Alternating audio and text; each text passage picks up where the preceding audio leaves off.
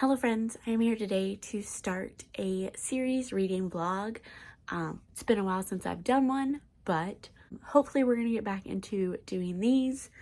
The first series that I want to start with is the Stay a Spell series by Juliet Cross. So I have already read Wolf Gone Wild. I read this, I think, back in May, and I really loved this. I think I gave it 5 stars. I should have double checked that, but I'll correct myself if I didn't. But so this one is a super cute, it's kind of a rom-com fantasy feeling story about a werewolf who cannot shift into his werewolf form. So he goes to this witch who is, I think it's the Hexbreaker. I think it's what they call her. Cursebreaker. I can't remember if they call her a Hexbreaker or a Cursebreaker, but he goes to her to try to help see if she can help find out why he can't shift into the werewolf, and it turns into this whole long thing, and I really enjoyed it. Like I said, I think one of my favorite things is that when I read a fantasy romance, it feels it feels a lot of times so like hard to follow the world building and hard to follow the characters and who they are and what they can do and all that kind of stuff. And I just didn't feel like this had that same thing in it. So I really felt like this didn't have that in it. I felt because it was kind of a rom-com feel. It was funny, it was easier to follow, and I just really, really enjoyed that. So like I said, I have already read that one. And then just this morning, I started book 2, Don't Hex and Drive. I think I'm only like a chapter in, and so far, it is one of the Savoy sisters, I think is how you say it. The Witchy sisters. It's one of them, and she was riding her bike and got hit by a car, and he's a vampire. That's all I know so far, really. He's supposedly like this big time deal. I think they said a Bollywood actor. But that's as far as I am. So I'm going to go continue to read, and I will come back and update you when I know a little bit more about what's happening in book 2. Hey guys, so it is Saturday night now. So I didn't really plan on reading all of this in one day, but sometimes things happen, you know? So I loved this. I'm gonna give this one 5 stars as well. I'm not gonna hold that up the whole time I'm talking. So this one, oh my gosh. So I like just finished it, so I don't have all my thoughts together. So I think I said in my first update, she was riding her bike, and was hit by a car, and it ended up being this vampire. Well, it turns out he's like I don't know if it's really like a bounty hunter or, I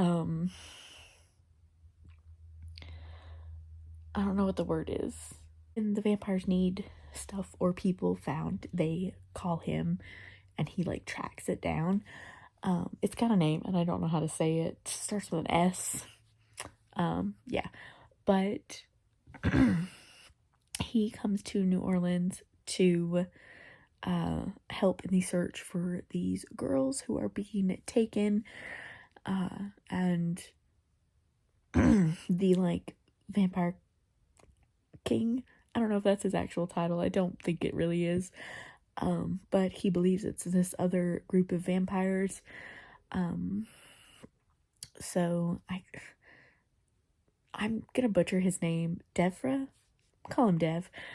He comes to try to help out to find the girls, and he ends up actually moving in next door to the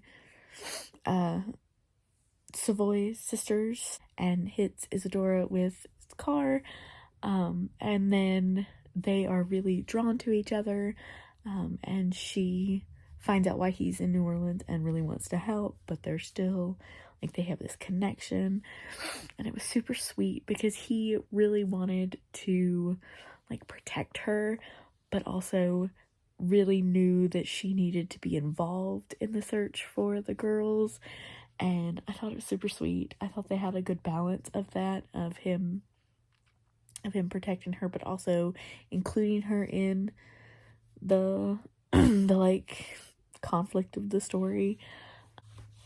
This was super sexy. There was this whole like massage scene. If you know what I'm talking about, you know what I'm talking about. But yeah, I really loved this. I thought that this one was less funny than book one. I felt like because that conflict had to do with Mateo and the wolf like being inside his head. I felt like that was a funnier situation than them teaming up than in this one when they team up to find these girls who have been taken. But I loved it. Yeah, it was still super easy to follow. It wasn't like, I still don't know what word I'm trying to use to describe how I feel about a lot of fantasy romances. But yeah, I'm gonna give this one 5 stars as well. I am probably gonna pick up book 3 tomorrow.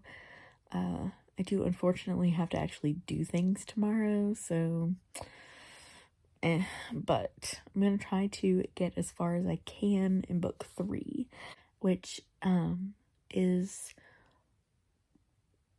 I don't remember which sister's name it is, and the cousin of Mateo, so it's another werewolf witch story. Yeah, so I'm super excited to get to that, but it's late now and I need to go to bed. Hey guys, so it is Wednesday, and I just finished book 3, Witches Get Stitches.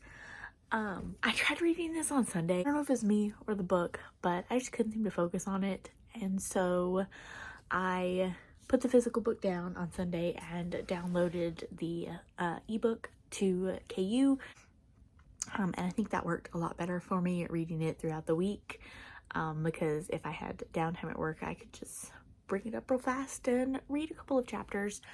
So I'm gonna give it 4 stars. I did like it. I just don't know if it was me or if it was the book that I couldn't focus on, but I really liked Nico. I thought he was super sweet, and he kept breaking my heart every time he talked about how he knew that he and Violet were like meant to be together and that she was gonna realize it someday. But she just really frustrated me that she also knew that, but was like, no, I did a tarot card reading and it was, this might be spoilers. She just kept frustrating me, and then everything I want to say is kind of a spoiler. Okay, so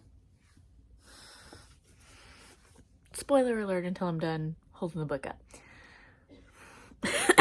So she just kept frustrating me that like she really wanted to be with him, but like when she first like met up with it, like they have a meeting and then he like moves to New Orleans, and when, sorry, my arm is getting tired, so I can't even get my thoughts together now.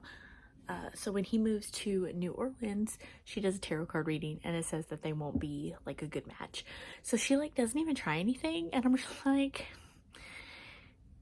why didn't you just see what happened? Like figure out what was going on between the two of you instead of just listening to the tarot card. And then at the end, the like big conflict is that this, I'm sorry, my arm is so tired. This like old pack that Nico was in comes because of this magic that Violet can do, and they like kidnap her so that she'll give them the magic too. And then she gets kind of mad that Nico shows up, and like it only lasted like, it was only like 1 or 2 lines where she was kind of just like mad at him, and I was like, wait a dang minute, he's put up with all of this crap from you for, I think it was like 2 years of you saying that you couldn't be together, and then like you got together and now he's not supposed to come try to save you. Okay, so that's the end of the spoilers anyway, I think. But yeah, I'm gonna give this 4 stars. I did enjoy it, but something wasn't there for me. So I think I'm gonna give myself a couple of days. Like I said, it's Wednesday night now. I think I'm gonna give myself Thursday and Friday, and then maybe pick up Always Practice Safe Hex over the weekend. I think that's gonna be the plan. Just maybe give myself a break, and then that will help me focus on the next one. So I will see y'all probably this weekend. Hey guys, it is Sunday night now, and I read Always Practice Safe Hex a little bit yesterday, but most of it today. I think this is maybe not a series that I would recommend reading like all back to back. So I'm gonna give this one 4 stars as well.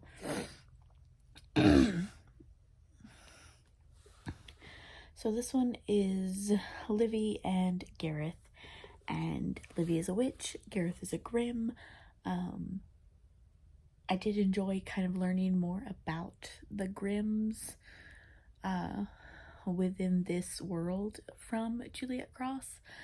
So I did enjoy that, but I feel like something I really liked about the first 2 was that the heroes were like something you would expect to be more, I don't know of any other word besides alpha, but like the wolf's name in book 1 was Alpha, but that they were more, you would expect them to be more alpha, but they were more cinnamon roll, and I think I just got tired of that by this one. Like, he's supposed to be this like mysterious Grimm, and nobody really knows what kind of powers they have and what they can do. But he's like evil and bad and that kind of stuff, but really only like a couple of scenes where we see him being evil. And yeah, I was just a little disappointed by that. I felt like with how much that had been built up, but I guess it was also supposed to be like you don't really know. I don't know. It was alright. I liked it. I do feel like this one could have had a better conflict though. Spoiler, just for a second while I'm holding up the book. Like, yes, the conflict was with a supernatural, but it was really just her boss, being a griever and definitely doing some things he shouldn't have done. And that was really what the conflict was. It wasn't like anything big like in the first 3, I think. So that is my reading vlog. I am caught up on the Stay a Spell series, waiting for the next one. I need to figure out when it comes out. I think this one just came out, so it might be a little bit before the next one. But that is going to be it for my reading vlog. Thank you guys so much for watching, and I will see y'all next time. Bye.